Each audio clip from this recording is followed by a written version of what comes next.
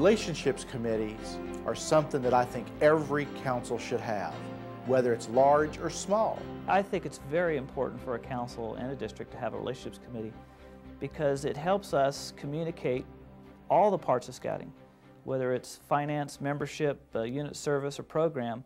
The people that are involved in that group can talk to their peers and make sure that they understand scouting. The Relationships Committee in the South Florida Council has been a tremendous asset to our operation. They've been able to do things that, quite frankly, without a Relationships Committee, we would not be able to do in terms of attracting membership to our program. Today's society is very media-oriented, and sometimes the messages that are coming through that media are not of benefit to the Boy Scouts of America.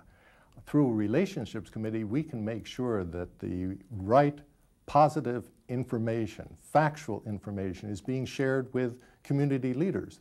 I really think because of the challenges we have gone through, the Relationship Committee has been a major foundation to this council. The reason why, because we've been able to go out, branch out in the community in the faith-based areas and also within the military areas and other areas, and let people know who we are, what we're all about, and the main emphasis that we have and the values we have. We use the Relationships Committee in our council to articulate the mission and methodologies that the Boy Scouts of America uses to the broad community, particularly in light of a difficult environment with the constitutional issues in our community. First and foremost, I think it provides that forum for communication and dialogue to really gather together the right sort of people to talk about scouting and how it's best promoted in the council.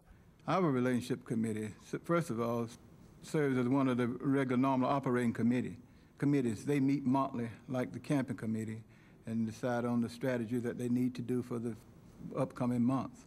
They also provide feedback, to the executive board in terms of the direction that we should be going as far as our charter organization is concerned. But it can do everything for your council. It can help with your public relations. It can help with your new unit organizations.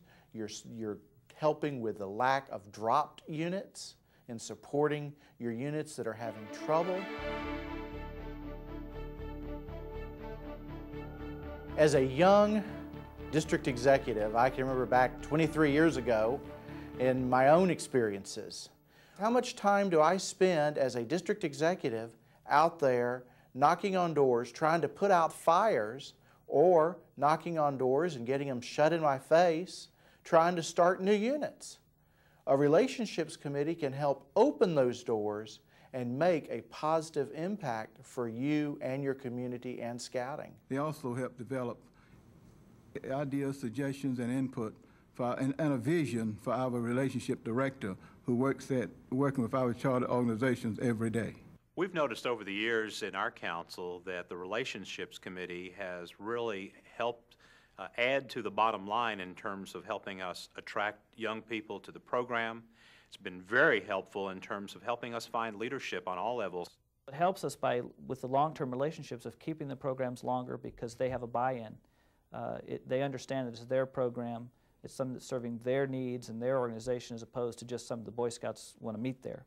It can really help and support you, the Scout executive, in everything you're trying to do, from new units to retention to Friends of Scouting to community relations, positive PR. It's interesting to meet with them and see their problems and their solutions. I learn from them and how to better serve boys, and they learn from me. A relationships committee needs to be involved with what's going on in the council. Everything from helping to organize new units, to community service projects, good turn projects, expanding the vision of scouting in the community. We help identify new units and new organizations to put new units in.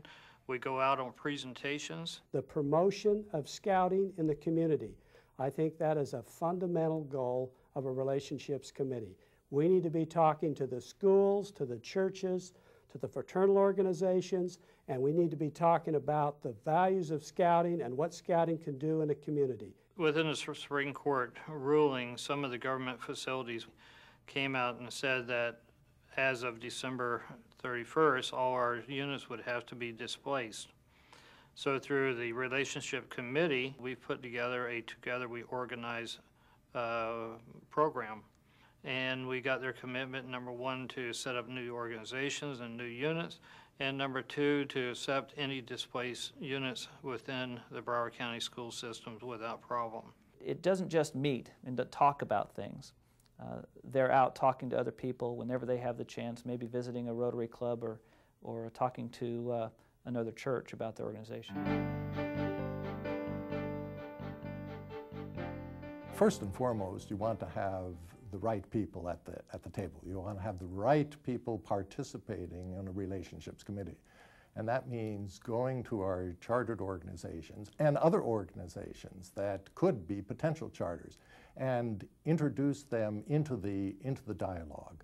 We've gone right to the top, the Archbishop in the Roman Catholic Church, for example, and asked for his support and his blessing of the relationships effort. And then we have asked him to make some appointments of folks that he would like to see on this relationships committee.